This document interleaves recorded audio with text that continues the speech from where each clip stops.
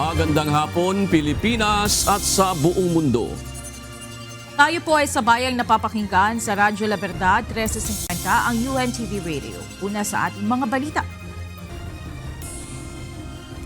Huli sa isinagawang entrapment operation ng mga tauhan ng Criminal Investigation and Detection Group o CIDG ang isang pinag-iinalaang gun runner sa Santo Tomas, Batangas. Ang sospek ay nagbebenta ng mga matataas na kalibre ng baril, ngunit walang lisensya. Ito ang balita ni Lea Ilagan. Matagal na nilang ginagawa ito, which kaya nga naka-achieve na rin sila ng following ng mga customers. Ang takot nga ng CIDG doon kasi sa dami ng kanilang mga parokyano, umaabot na pati yung mga nefarious groups, mga gun for hire groups, nagiging kliyente na nitong grupo na ito. Takbo!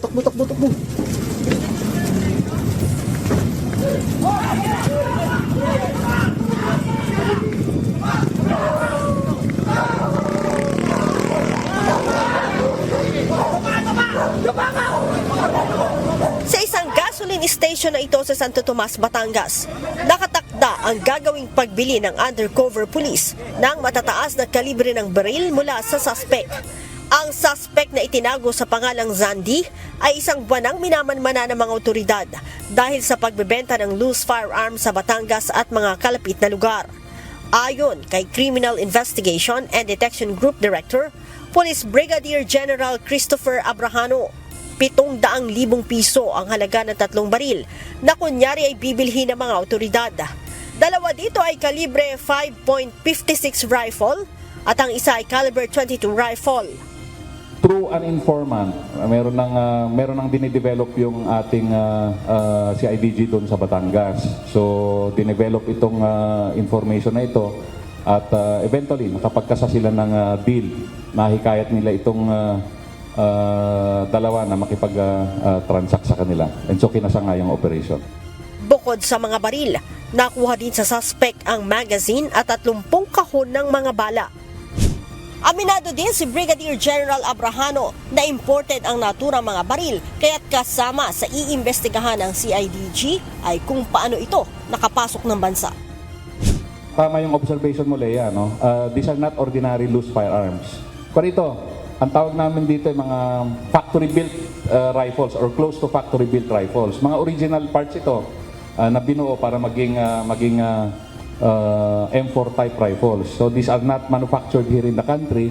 So it begs the question, saan galing ito? Anong avenues galing to? Meron na ba tayong firearms smuggling na nangyayari? So we're looking at that at we're developing law enforcement projects para makita natin ito. Sinabi pa ng General, bukod sa isa pang suspect na nakatakas, hinahanap din ng mga tauhan ng CIDG ang iba pang kasabwat ni alias Zandy. Si alias Zandy ay nahaharap sa kasong paglabag sa Republic Act 10591 o Comprehensive Firearms and Ammunition Law para sa illegal possession of firearms. With the confiscation of these firearms, we remove from circulation these instruments of crime. Thereby, we significantly prevented crimes in the society.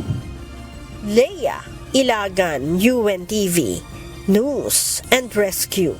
Diyos ang aming sandigan, serbisyo publiko ang aming pinahahalagahan. Hindi muna ilalabas ni Pangulong Ferdinand Marcos Jr. ang mga pangalan ng mga umano'y sangkot sa mga maanumalyang flood control projects. Ayon kay Palace Press Officer Undersecretary Claire Castro, ito'y hanggat hindi natatapos ang investigasyon para rito. Samantala, tiniyak naman ng palasyo na handang magpaimbestiga si PBBM kung mayroon pang ibang anomalyang nangyayari sa gobyerno. Ito ang balita ni Ivan Alvarez.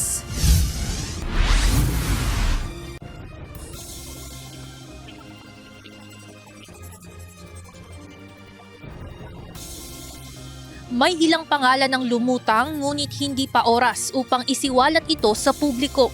Ito ang kasalukuyang kalagayan ng investigasyon kaugnay ng umano'y irregularidad sa mga flood control projects na iniutos na siyasatin ni Pangulong Ferdinand Marcos Jr. Ayon kay Palace Press Officer Undersecretary Claire Castro, umuusad pa lamang ang investigasyon kaya maingat ang Pangulo sa pagbanggit ng mga pangalang posibleng sangkot dito.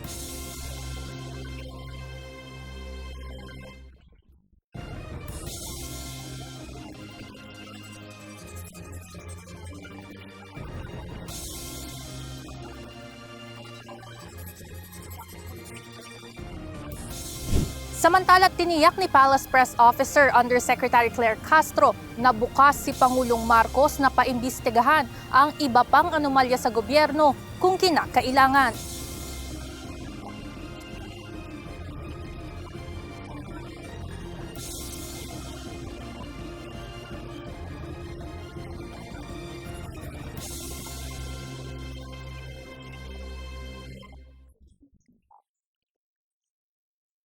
Nilinaw din ni Castro na hindi ito pagbabanta kundi paalala mula sa Pangulo upang matiyak na magiging transparent ang paglalaan ng mga pondo para sa taong 2026.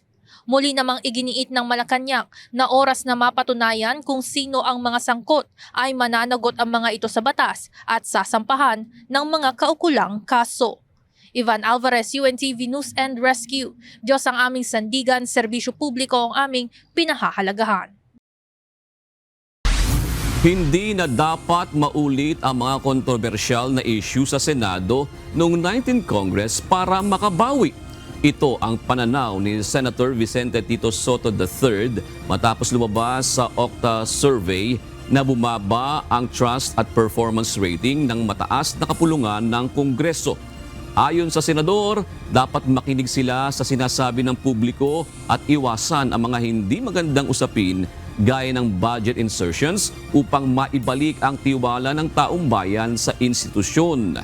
Base sa inilabas na Okta Research Survey, bumagsak sa 47% ang performance approval rating ng Senado mula sa dating 53%, habang ang kanilang trust rating ngayong second quarter ay nasa 49% na lang mula sa 57%.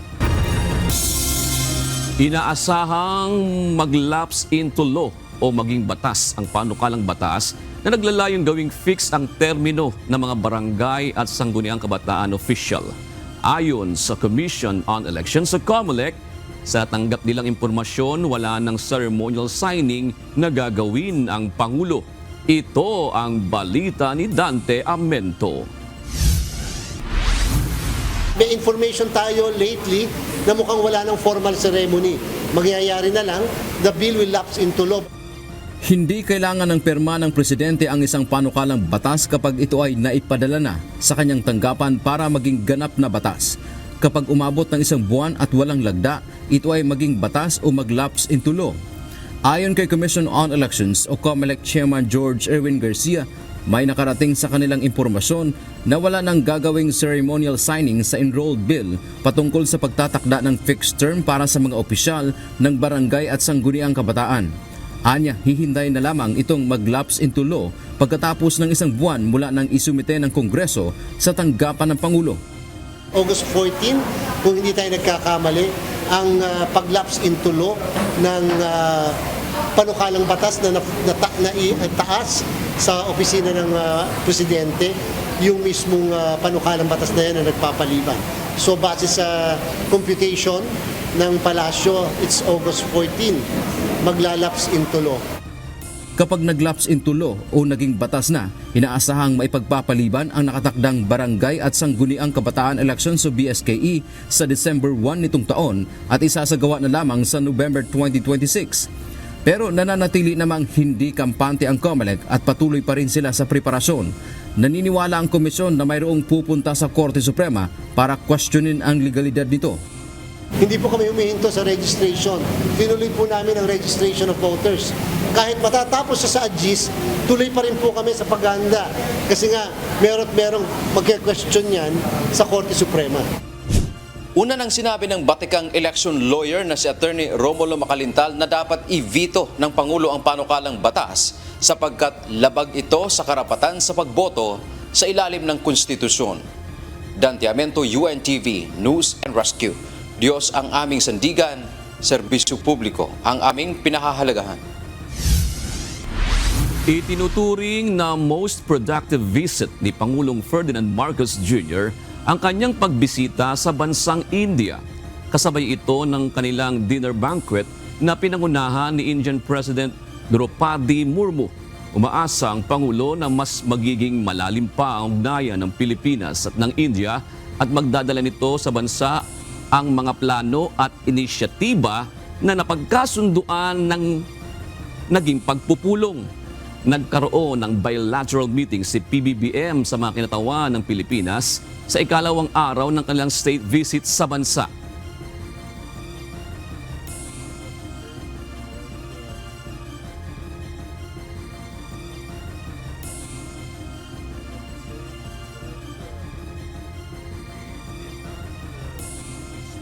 To cover much ground because we had very little time that we have had here. But I am happy to be able to report that that was certainly not the case. And has been one of my most productive and constructive visits that I have ever had. And I attribute this to the enduring closeness between the Philippines and India. Tikom ang bibig ng Office of the Vice President sa kinaroroonan ni VP Sara Duterte sa unang araw ng pagtalakay ng Senado sa kanyang impeachment. Ngunit tiniyak ng Office of the Vice President na nananatiling hands-on ang Vice Presidente sa kanyang mga tungkulin. Samantala, pagdating naman sa usapin ng impeachment, ayon sa OVP spokesperson, tuloy ang trabaho sa kanilang opisina anuman ang kahinatnan ng impeachment proceedings. Ito ang balita ni Van Alvarez. Even if she's not physically here, she's still the one running the office. Kasi may technology naman di ba? Tayo lang, yung mga nandito, kami yung gumagawa, kami yung mga sundalo, but the instructions come directly from the Vice President. Nananatiling involved si Vice President Sara Duterte sa mga programa ng opisina ng pangalawang Pangulo. Pagtitiyak ni Office of the Vice President spokesperson Attorney Ruth Castelo, lahat ng ginagawa ng kanilang tanggapan ay dumadaan kay VP Sara para sa checking at verification. Aniya, minsan ay nagbibigay rin mismo ang pangalawang Pangulo ng personal na mga suwestyon. Even the public release, the press releases that we make, even the ones in social media, chine-check po muna ni Vice President yun kung tama ba or accurate ba yung mga figures na binigay nyo, i-compare niya doon sa records niya. Dagdag pa nito, hindi man pisikal na nakikita ng publiko ang Vice Presidente, hindi ito nagpapabaya sa kanyang tungkulin para sa taong bayan. Minsan virtual, minsan ghost. Samantala, kaugnay ng posibilidad na paglilitis sa bise, iginiit ni Castelo na hindi apektado ang kanilang operasyon ng mga kasalukuyang nangyayari. Pagtitiyak ni OVP spokesperson Attorney Ruth Castelo, tuloy ang trabaho sa opisina ng pangalawang Pangulo, matuloy man ang impeachment o hindi.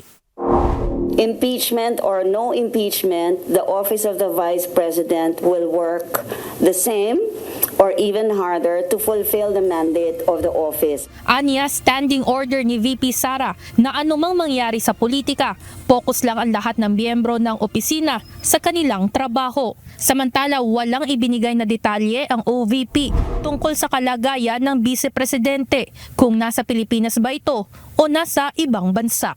Ivan Alvarez, UNTV News and Rescue. Diyos ang aming sandigan, serbisyo publiko ang aming pinahahalagahan.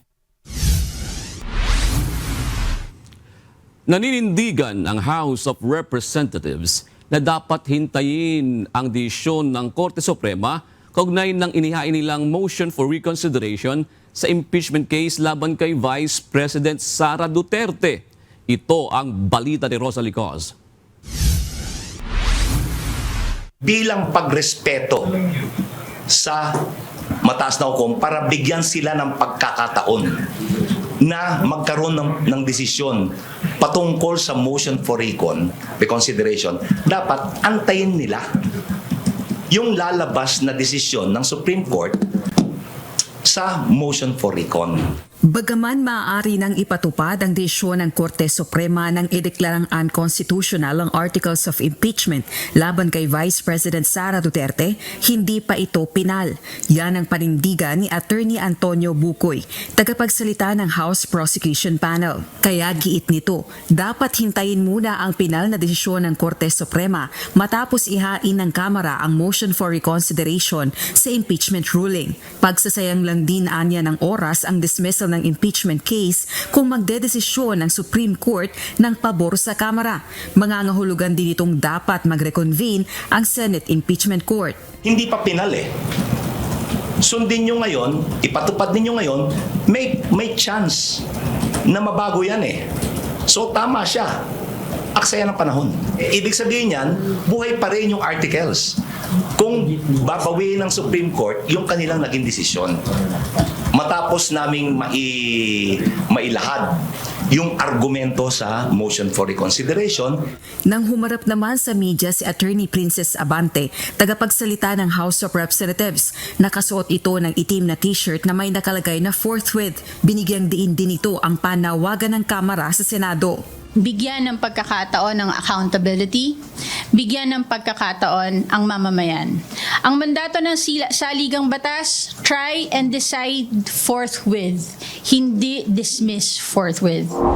Samantala, may apela rin ang makabayan lawmakers sa Senado at maging sa Korte Suprema kaugnay ng impeachment case laban kay Vice President Sara. Para sa amin, unacceptable yon na turn of events, no?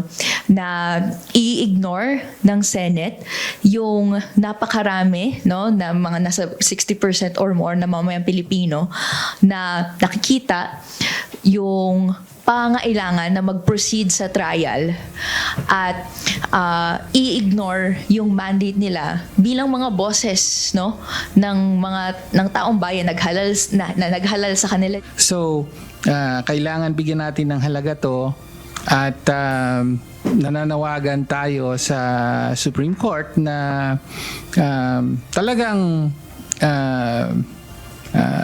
seryosong harapin ang mga motion na ito dahil yung kredibilidad ng Supreme Court bilang institusyon ang nakataya. Mayroong 10 araw ang kampo ni VP Sara na sagutin ang motion for reconsideration na inihain ng Kamara sa Korte Suprema. Rosa Licoz, UNTV News and Rescue. Diyos ang aming sandigan, serbisyo publiko ang aming pinahahalagahan. Narito naman ang mga balita sa iba't ibang panig ng mundo. Ihahatid ng ating global correspondent na si Jack De Ocampo mula sa Chester, United Kingdom.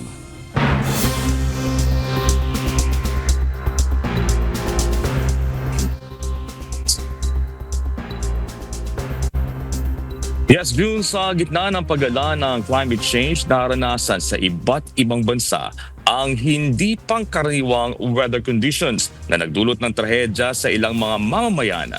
Sa India, hindi bababa sa 100 ang nawawala dahil sa flash flood dulot ng malakas na buhos ng ulan, habang patuloy na tumataas ang bilang ng nasasawi dahil sa nararanasang heat wave sa Spain.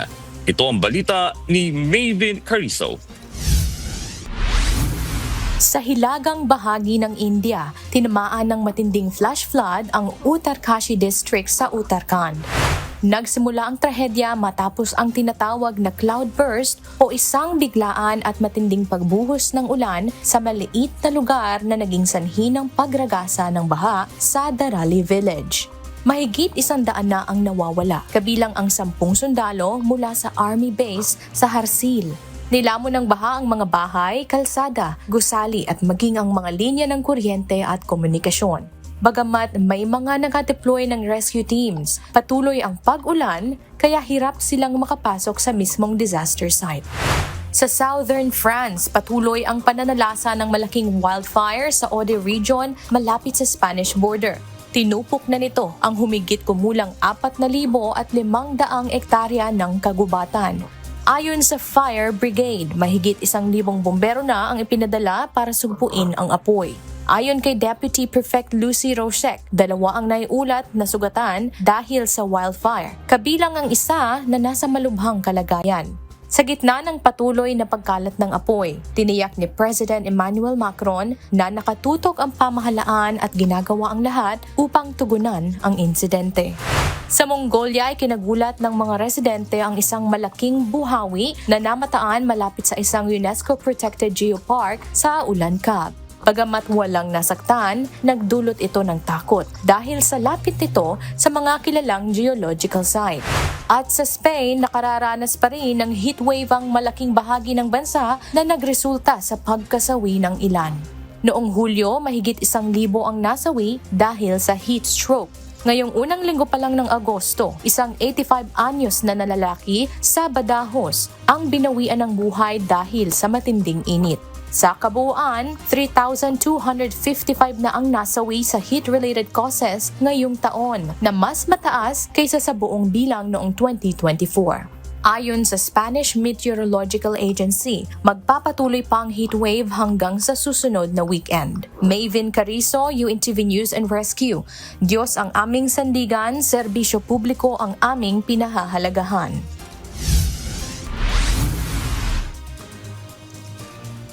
Dahil sa mahigit 7,000 kaso ng chikungunya virus sa Guangdong Province, ipinatupad ng ilang lungsod sa China ang mga quarantine protocol na kahalintulad noong COVID-19 pandemic. Sa Foshan City, hindi pinapayagang umuwi agad ang mga pasyente at kailangang manatili sa ospital ng 1 linggo o hanggang magnegatibo sa sakit. May mga bahagi ng rehiyon din na nagpapatupad ng 14-day home quarantine para sa mga biyaherong galing Foshan.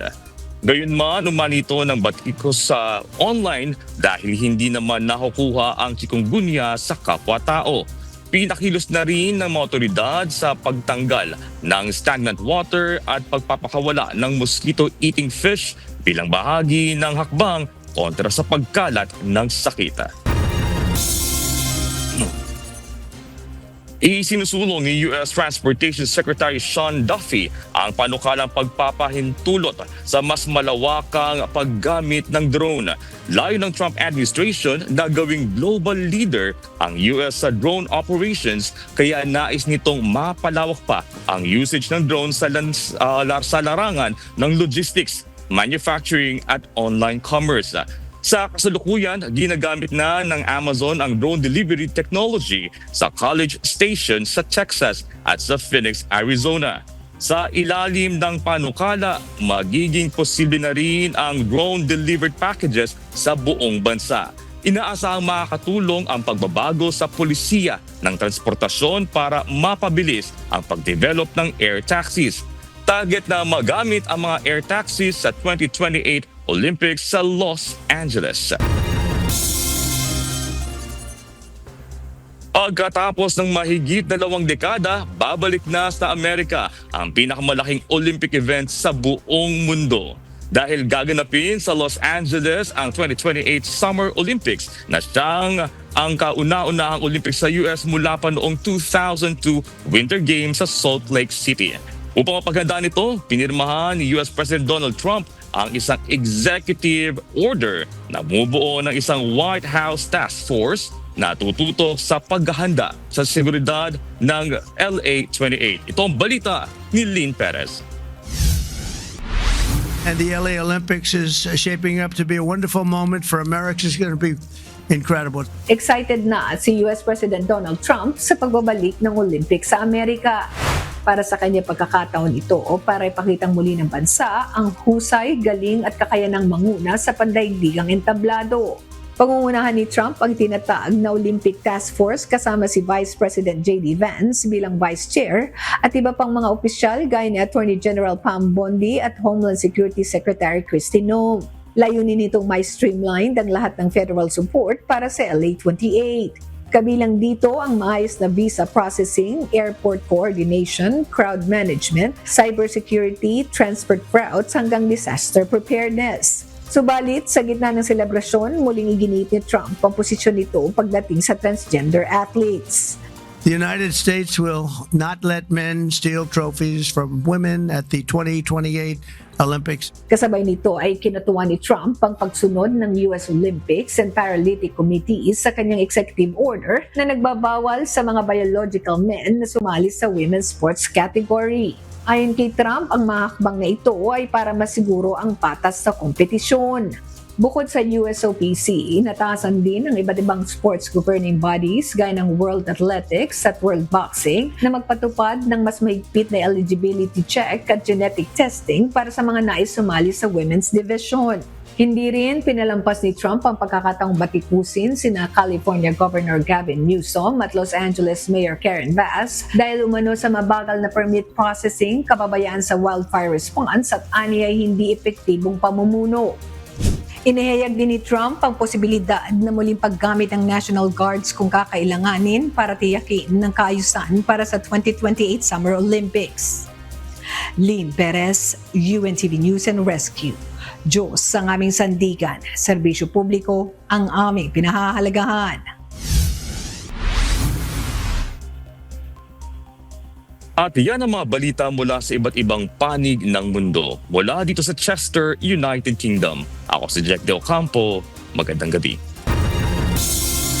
Kinumpirma ng Consulate General ng Pilipinas sa Hong Kong na nasawi ang isang 35 anyos na Pilipinong turista matapos itong masangkot sa isang vehicular accident sa Tsuen Wan West, Hong Kong kahapon, August 5, 2025. Nasa Kwai Chung Public Mortuary na ang labi ng biktima habang nasa kustodiya naman ng pulisya ang taxi driver na nakasagasa sa Pilipino. Tinutulungan na ng Konsulado ng Pilipinas sa Hong Kong ang pamilya ng biktima upang ayusin ang pagpapauwi ng mga labi ng biktima. Patuloy namang iniimbestigahan ng mga otoridad sa Hong Kong ang insidente. Ipinatigil ni Philippine Army Chief Lieutenant General Antonio Navarrete ang pagsasagawa ng reception ceremonies kasunod ng pagkamatay ng isang sundalo sa Maguindanao del Sur. Nabuo ang pasya habang nagsasagawa ng review sa nangyari. Anya, hindi dapat magdulot ng kapahamakan sa sinuman ng tradisyong ito sa pagtanggap ng mga bagong kasama.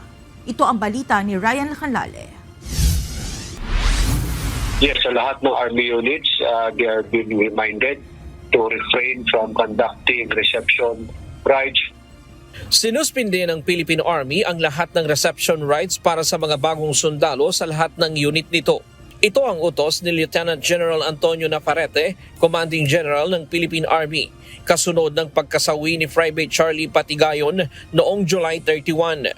Nagkulap si Patigayon habang sumasailalim sa reception ceremony noong July 30 sa 6th Infantry Battalion sa Datu Odin Sinsuat, Maguindanao del Norte. Isinugod siya sa ospital pero hindi na naisalba. Ang reception rites ay isang tradisyon sa loob ng Army para i-welcome ang mga bagong sundalo. Nilinaw ng Philippine Army na hindi ito initiation kagaya ng sa ibang organisasyon.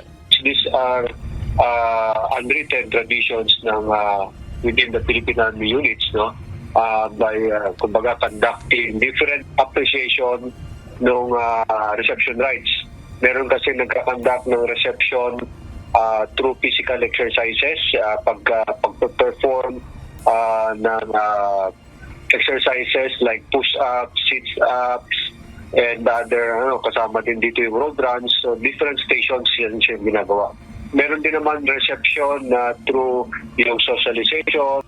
Nasa 23 na miyembro ng 6th IB ang iniimbestigahan sa nangyaring insidente, kabilang ang 2 opisyal at 21 enlisted personnel. Kasama sa nirelieve sa pwesto ang company commander. Sila ay nasa kustodiya ng 6th Infantry Division habang inihintay ang final report ng Board of Inquiry. Kung mapapatunayang may pagkakamali, posibleng masampahan sila ng kasong administratibo. Bukod dito, maaari ring magsampa ng hiwalay na criminal case ang pamilya ni Private Patigayon. Tiniyak ng Philippine Army na igagalang nila ang anumang desisyon ng pamilya at handang tumulong para makamit ang hustisya para sa nasawing sundalo. Ryan Lacanlale, UNTV News and Rescue. Diyos ang aming sandigan, serbisyo publiko ang aming pinahahalagahan. Sinimulan na ng Senado ngayong araw na talakayin at pagdebatihan kung itutuloy pa ang impeachment proceedings kay Vice President Sara Duterte, kung saan inihain ni Senator Rodante Marcoleta na i-dismiss o hindi na ituloy ang nasabing paglilitis. Ito ang balita ni Jed Neresina live. Jed, ano ang naging paliwanag ni Senator Marcoleta? Bakit niya nais na ipa-dismiss ang impeachment? Monica, isa sa binigyang diin ni Deputy Senate Majority Leader Senator Marcoleta ay yung hindi pagsunod umano ng House of Representatives sa tamang proseso, kung saan sinabi niya na maraming naging paglabag doon sa mga panuntunan kaugnay doon sa paghahain ng impeachment complaints laban kay Vice President Sara Duterte. Sa kanyang privilege speech ngayong araw, kinwestiyon ni Senator Rodante Marcoleta ang proseso ng House of Representatives sa pag-i-initiate ng impeachment laban kay Vice President Sara Duterte. Ayon kay Senator Marcoleta, mayroon umanong paglabag at kakulangan sa tamang pamamaraan o proseso na dapat ay sinunod ng Kamara, kung saan aniya ang mga naunang reklamo ay in-archive na wala sa kanilang patakaran. Dagdag ng senador na hindi agad na-refer sa Speaker at sa Committee on Justice ang mga reklamo laban sa pangalawang Pangulo. Hindi rin aniya na isama ang reklamo sa Order of Business ng House of Representatives sa itinakdang panahon. At wala rin umanong tamang verification sa reklamo dahil wala itong petsa at hindi sumunod sa format na nakasaad sa panuntunan. Dahil dito, nagmosyon ng senador na i-dismiss ang impeachment case laban kay VP Duterte. Has already spoken. The last arbiter of law. It says the complaint is unconstitutional, is void ab initio, is violative of due process. The Senate never acquired jurisdiction over this.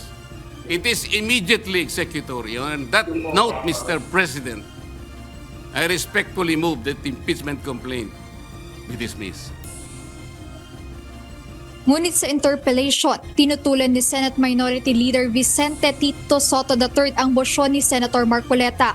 Ayon kay Senator Soto, dapat munang antayin ang desisyon ng Korte Suprema sa apela o ipinasang motion for reconsideration ng Kamara. In this regard, we shall wait for the resolution of the MR. Please, let us allow and give chance to the Supreme Court to rectify its decision, which contains clear and blatant errors. For their sake and for the sake of future proceedings, let us not dismiss forthwith.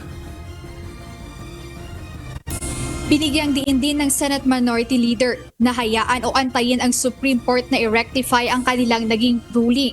Aniya kahit pa ang Korte Suprema ay maaaring makagawa ng grave abuse of discretion o culpable violation of the Constitution.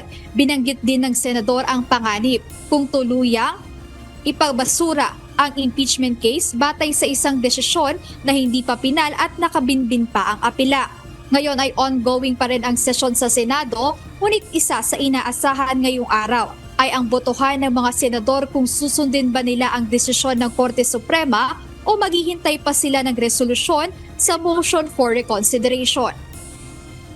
Monica, nilinaw kanina ni Senator Marcoleta na hindi naman yung reklamo o yung ipinasang mga impeachment complaints ng House of Representatives yung kanilang pinuna dito sa latest ruling nila noong July 25, kundi yung paraan ng House of Representatives ng paghahain nitong mga impeachment complaints laban sa pangalawang Pangulo. Kaya aniya kung nais nilang i-impeach si Vice President Sara Duterte ay idaan nila ito sa tamang proseso na naaayon din sa batas. At yun yung inaantay natin, Monica, yung magiging botohan ng mga senador kaugnay kung itutuloy ba o madidismiss ang impeachment ni Vice President Sara Duterte. Ayang muna ang update mula rito sa Senado. Balik sa iyo, Monica. Maraming salamat, Jed Neresina. Sinuspende ni Pangulong Ferdinand Marcos Jr. ang importasyon ng bigas sa loob ng 60 araw. Ito ay upang protektahan ang mga lokal na magsasaka sa bumababang halaga ng palay ngayong harvest season. Ngunit ang isang grupo hindi kumbinsidong makikinabang ang mga magsasaka sa pansamantalang paghinto ng importasyon. Ito ang balita ni Mia Alonzo. Hindi talaga import ban ang mas urgent concern natin.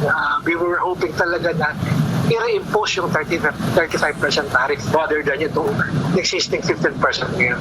May panghihinayang ang Samahang Industriya ng Agrikultura sa pasya ni Pangulong Ferdinand R. Marcos Jr. na 60-day import ban sa bigas. Ayon kay SINAG Executive Director Jason Cainglet, magandang oportunidad na sana ito sa mas malalim na policy intervention na tutugon sa matagal na nilang idinadaing na pagbagsak ng farm gate price ng palay. Mas maganda po sa ito na yung reimposition ng tariff. Yung 60-day ban kasi, while it is positive na rin sa pag-limit ng imports, ang problem natin bahang-baha ang imported na bigas sa bansa.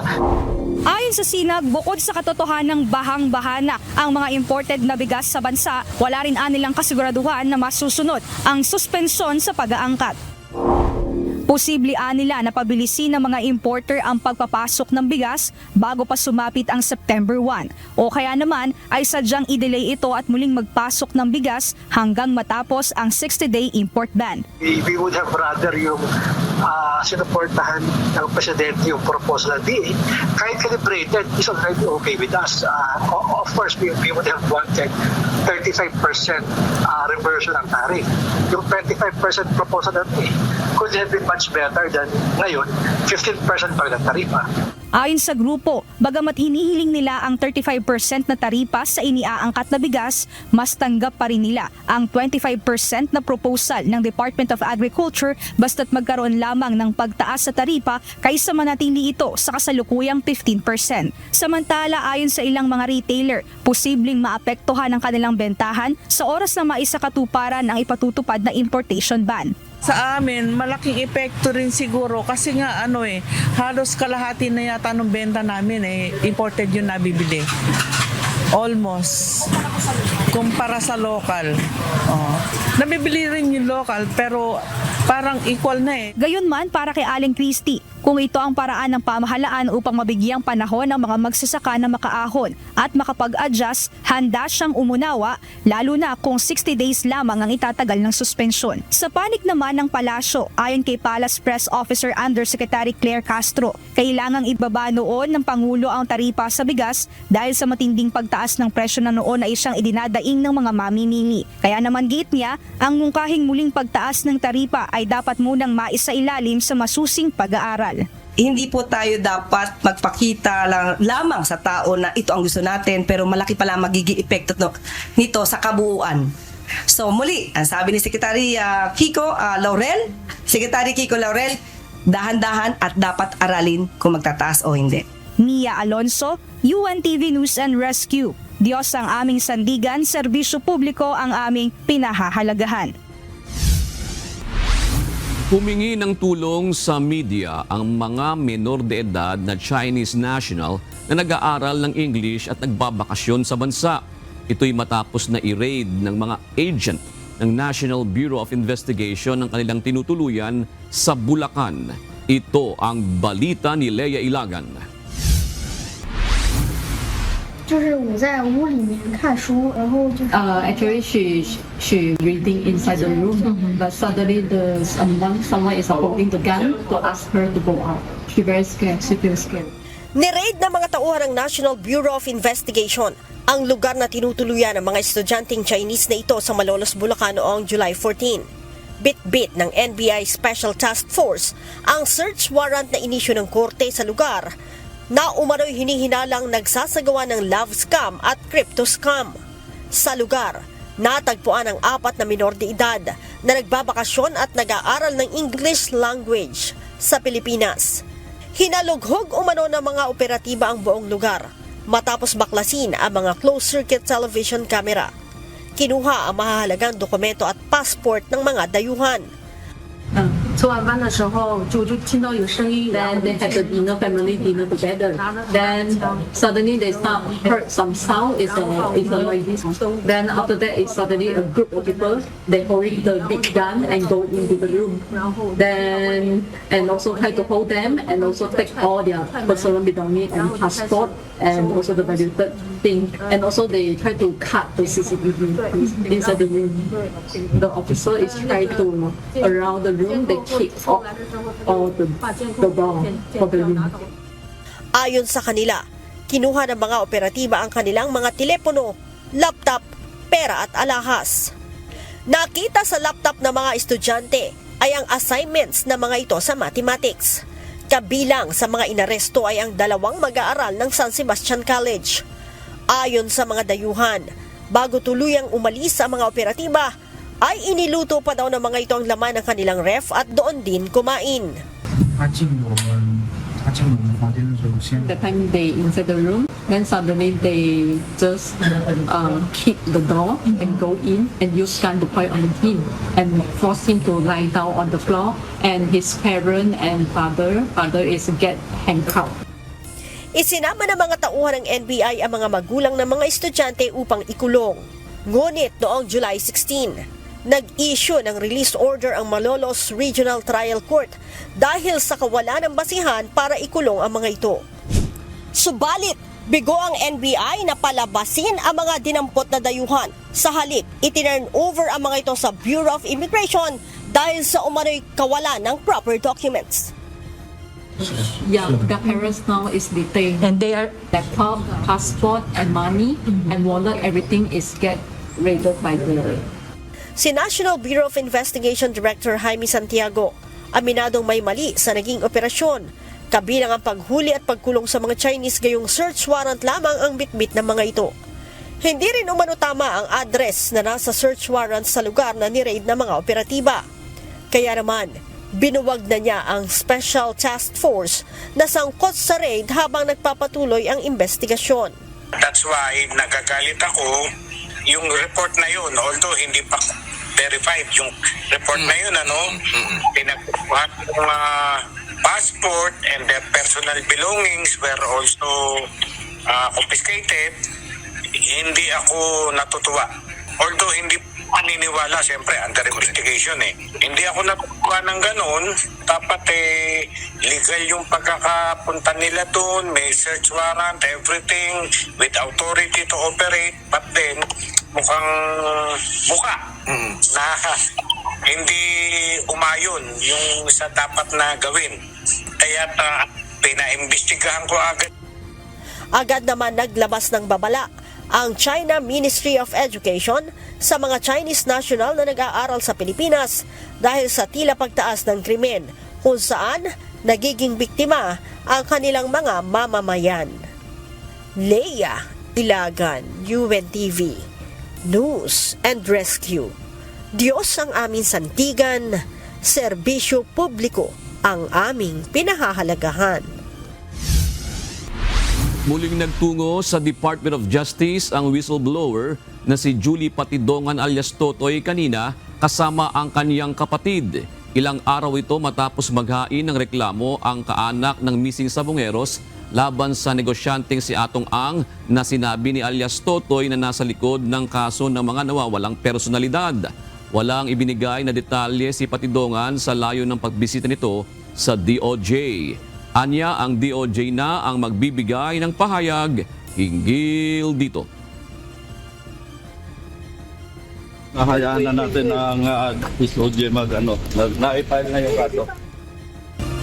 Tinupok ng apoy ang aroma compound sa Barangay 105 Tondo, Manila kaninang umaga. Umabot sa tinatayang 1,500 pamilya ang nawalan ng tirahan. Ito ang balita ni Ryan Lacanlale. Live.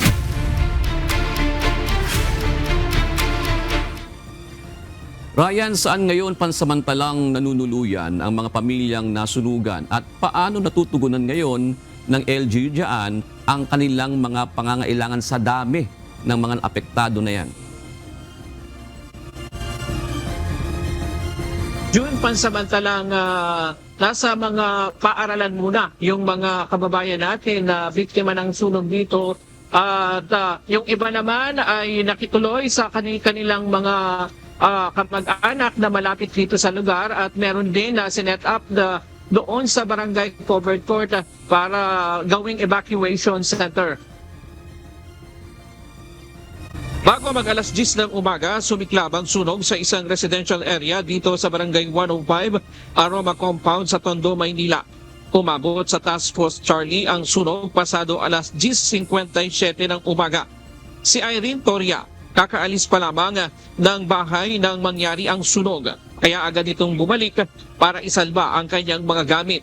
Pero ilang piraso lamang ang kanyang naisalba. Ang kanyang bahay tuluyang tinupok ng apoy. Ayon sa Bureau of Fire Protection, pahirapan ang pag-apula ng apoy dahil sa lugar ito ng mga informal settlers. Gawa sa mga light materials ang mga bahay at imbakan ng mga kalakal ang lugar. Hindi rin basta mapasok ng mga bumbero dahil maliliit ang eskinita. Lalo na malapit sa dagat ang lugar at mainit ang panahon nang mangyari ang insidente. Talaga nahirapan kami kasi depressed area to eh. Then mapapansin nyo, junk shop siya. So, pag matabang kalye ito, makita nyo naman, tabi rin din siya ng dagat. So malakas po yung hangin, then mainit kanina. So, mabilis po kumalat yung apoy. Si Mayor Isko ng Maynila napasugod din sa lugar. Humingi rin ng tulong ang LGU ng Maynila sa Philippine Air Force at sa PCG. 3 helicopter mula sa Philippine Air Force at isang fireboat mula sa Philippine Coast Guard ang tumulong sa pag-apula ng apoy. Alas 12:34 ng tanghali, idiniliklarang fire under control ang apoy. At kanina bago tayo sumalang June ay pinuntahan natin yung isa sa evacuation center kanina at ang isa nga sa kanilang mga pangunahing pangangailangan ngayon yung mga banig, kumot dahil karamihan sa kanila wala talagang naisalba dahil mabilis daw yung mga pangyayari kanina at mabilis na sumiklab yung apoy. Kanina abang naka-standby kami dito at dito sa may malapit, dito sa nasusunog, merong lumapit sa atin na isang bata na tinamaan yung kanyang noo ng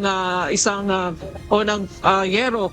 Dahil nga kanya-kanyang hugot yung mga residente doon sa mga yero pagkatapos nung sunog, doon sa mga bakal na pwede pa nilang mapakinabangan. May isang bata na tinamaan, talagang dumudugo yung kanyang katawan dahil nga nauna puno ng dugo yung kanyang katawan dahil nga doon sa sugat sa kanyang noo. At nilapatan natin yan ng paunang lunas. Wala naman sa ngayon, wala naman na itatalang casualty maliban doon sa ilan ng mga nasugatan dito sa sunog. Diyan muna ang latest mula dito sa Tondo. Balik sa'yo, June. Maraming salamat, Ryan Lacanlale. Inalis na kaninang alauna ng hapon ng National Grid Corporation of the Philippines ang yellow alert status sa Visayas Grid.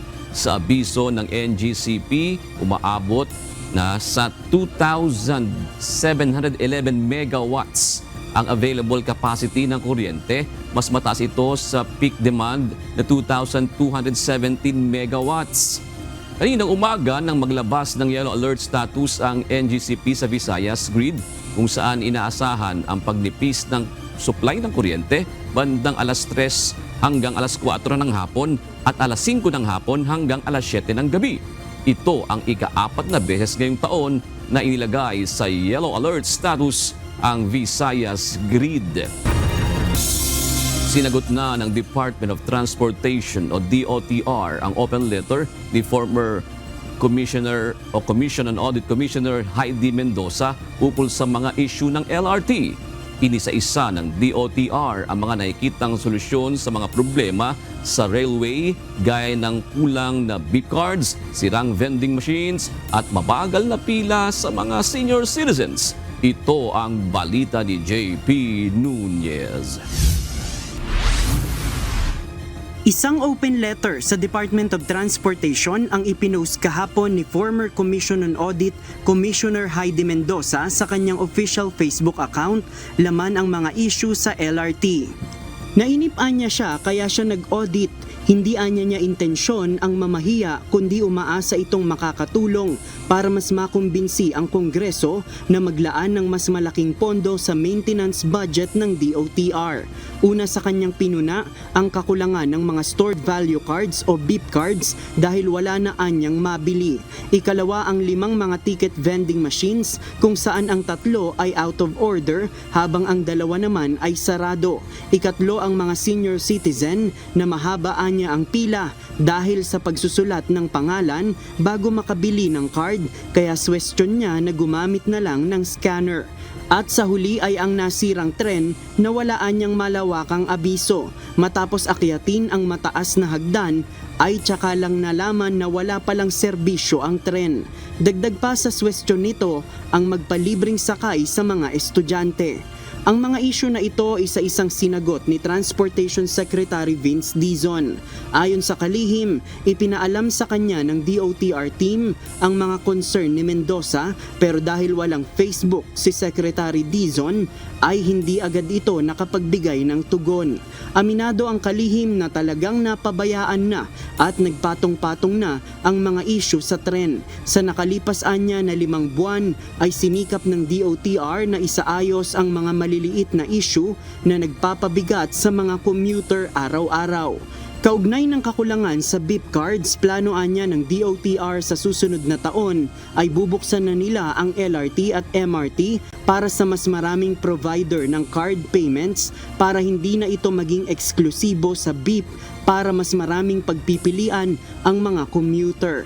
Ito rin anya ang dahilan kaya sila nag-pilot test ng cashless payment sa MRT3. Sa mga vending machines naman, inutusan na anya niya ang train line operators para ayusin ang mga sirang vending machines at bumili na rin ng mga bago. Nagbabala na din ang DOTR sa mga kontraktor nito na pagmumultahin sila kapag hindi na ayos ang mga makina. Sa pila ng seniors, talagang tumatagal din dahil nire-require ng Commission on Audit na ipalista ang pangalan ng mga benepisyaryo ng discount. Kinausap na ng DOTR ang COA na sana ay pumayag na ito na picture na lang ang ipakita o ID para hindi maabala ang mga commuter. Kaugnay naman ng aberya sa tren, ipinaliwanag ng DOTR na tinamaan ng kidlat ang catenary wire ng LRT2 kahapon kaya nagkaroon ng tigil operasyon. Nangako ang DOTR na patuloy na magbabantay at tutugunan ang mga issue sa tren. Nanawagan naman ito sa publiko na kapag may mga nakita ring issue sa tren ay agad itong ipagbigay alam sa ahensya.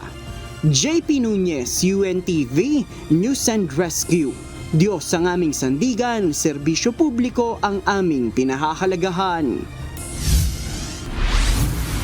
Naglabas ng babala ang Department of the Interior and Local Government laban sa kumakalat na post online na nagsasabing maaaring makatanggap ng 5,000 hanggang 8,000 pisong ayuda basta't mag-fill out ng barangay forms at tumawag sa ilang mobile numbers. Ilinaw ng DILG na wala silang inilalabas sa ganitong direktiba at peke ang mga numerong nakasaad sa nasabing post. Paalala pa ng ahensya, tanging ang Department of Social Welfare and Development o DSWD lamang ang may otoridad sa pamamahagi ng Social Amelioration Program at wala rin ganitong aktibong programa sa ngayon.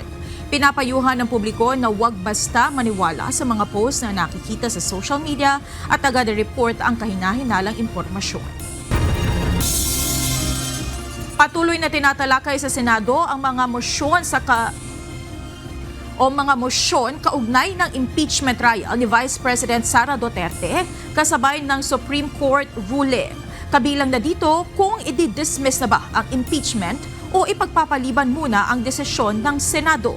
Ito ang balita ni Asher Cadapan Jr. live. Asher, may desisyon na ba ang Senado kung ano ang gagawin nila sa mga usapin sa impeachment? Monica, sa kasalukuyan ay nagdedebate pa rin ang mga senador sa plenaryo kaugnay nga ng impeachment case ni Vice President Sara Duterte na isinampa ng Kamara sa Senado. At kapag natapos na ang pagbibigay ng mga punto ng mga senador bilang collegial body, sa huli ay pagbobotohan pa rin ng Senado kung ano yung kanilang magiging aksyon kaugnay ng issue. Matapos maghain si Senador Rodante Marcoleta ng motion to dismiss na sinundan naman ni Senador Vicente Tito Sotto III ng motion to table the motion to dismiss, ilan pang senador ang nagbigay ng kanilang posisyon. Ayon kay Senador Panfilo Ping Lacson, wala itong nakita sa Senate rules na maaring maghain ng motion para i-dismiss ang impeachment, lalo pa sa plenaryo at hindi sa impeachment court. Mr. President, how do we deal with the pending motion? I refer to the motion to dismiss.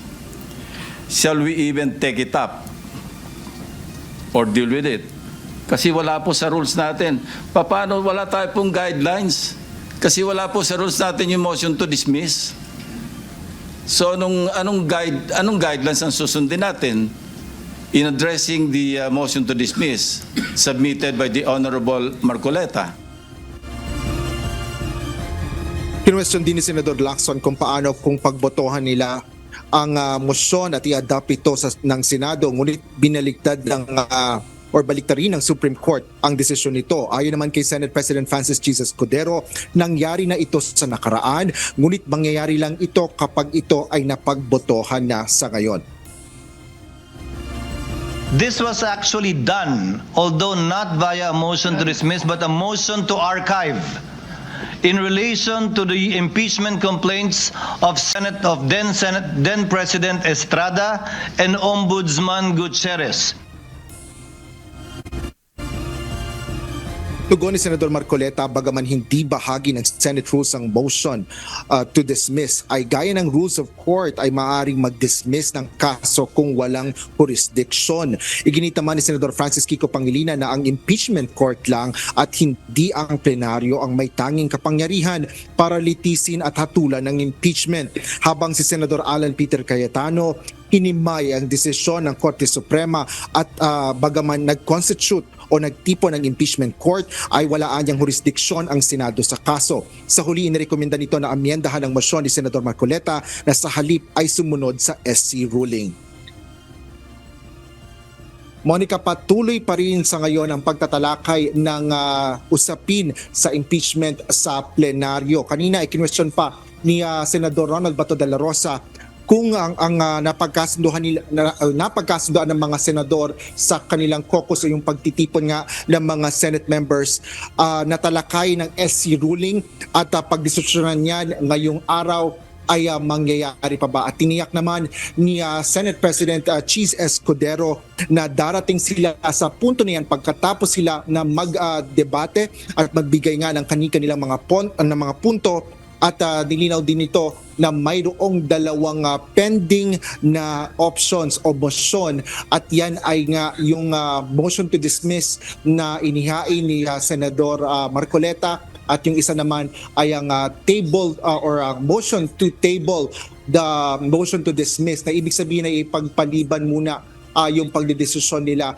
kaugnay nga ng SC or kaugnay nga ng impeachment upang bigyang daan yung paghihintay doon sa magiging desisyon ng Korte Suprema sa motion for reconsideration na inihain naman ng Kamara sa kataas-taasang hukuman. Yan ang latest dito sa Senado. Balik sa iyo, Monica. Maraming salamat, Asher Cadapan Jr.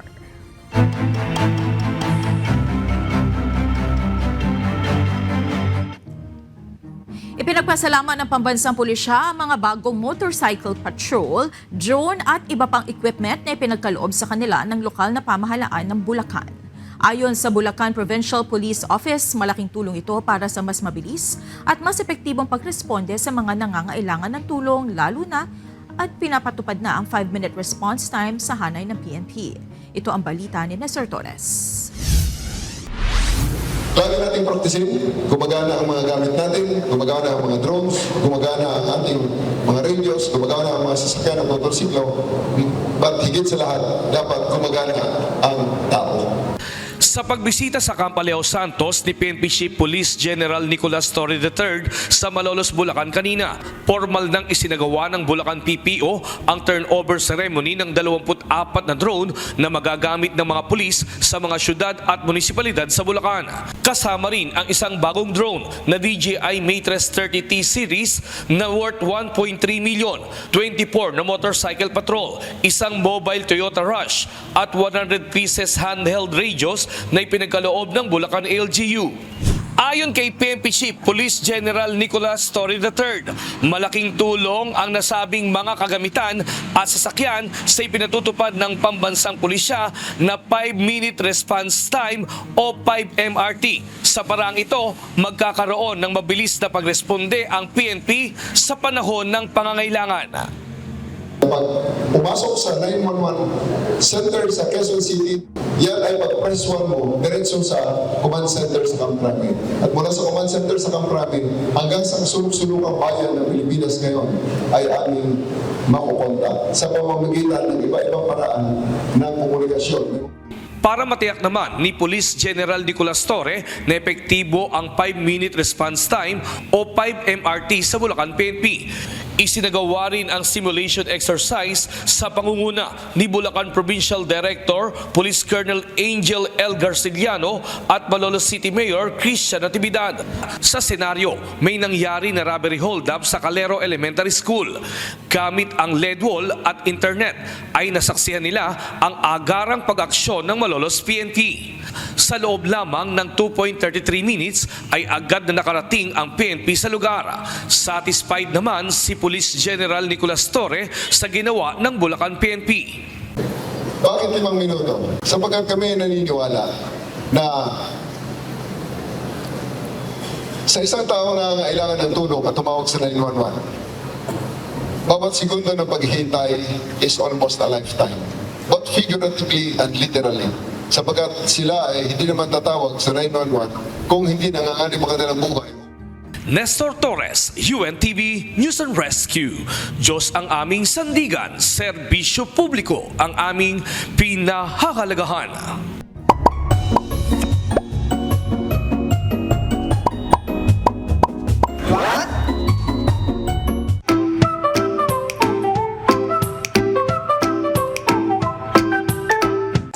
Adobo, tapa, noodles, burger. Alam nyo ba kung gaano karami ang sodium at fats ang meron ng mga pagkain na yan? Alamin natin. Ayon sa World Health Organization, 2,000 milligrams lang dapat ang sodium intake kada araw. Pero sa dami ng alat sa pagkaing Pinoy, lagpas tayo palagi. Isang serving ng noodles, halos ubos mo na ang daily limit mo. Tapsilog, lagpas-lagpas na. Kapag sobra sa asin, lumiliit ang daanan ng dugo mo. Tahimik ang damage pero deadly ang epekto. High blood, stroke at heart failure. Ang masama, wala tayong food warning labels dito sa Pilipinas. Kaya kahit lasang light, baka puno na ng asin ang kinakain mo. Hindi mo naman kailangang alisin yung lasa. Pero mas maganda, bawasan na natin yung patis, yung toyo, yung mga instant foods. Palitan natin ng mga mas natural like kalamansi, paminta o mga natural spices. Tandaan natin, kailangan po nating alagaan ang ating mga kalusugan dahil ang pagsisisi, laging nasa huli. Sana may natutuhan kayo at laging tatandaan, mapalad po ang tao na nakakasumpong ng karunungan at ang tao na nagtatamo ng kaunawaan.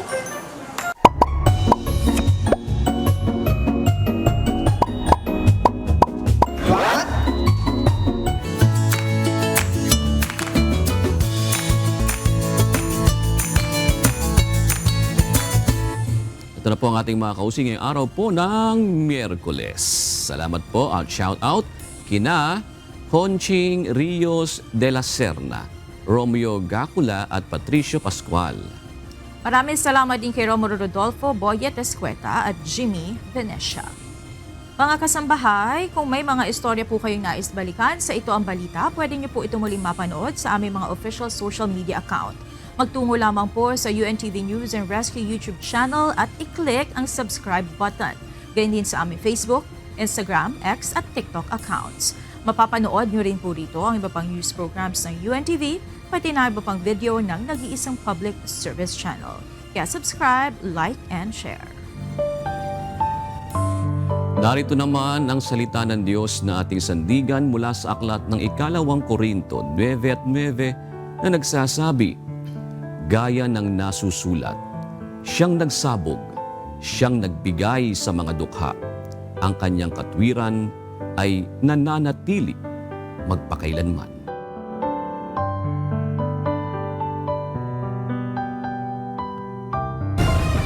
At yan ang naging kabuuan ng ating balitaan ngayong gabi. Aming inilahad ng buong katapatan kung paano namin nasaksihan. Kayo po'y makapagtitiwala na ang aming nakita at narinig, ang aming ibinabalita. At dito po sa UNTV, Diyos ang aming sandigan, serbisyo publiko, ang aming pinahahalagahan. Magandang gabi po.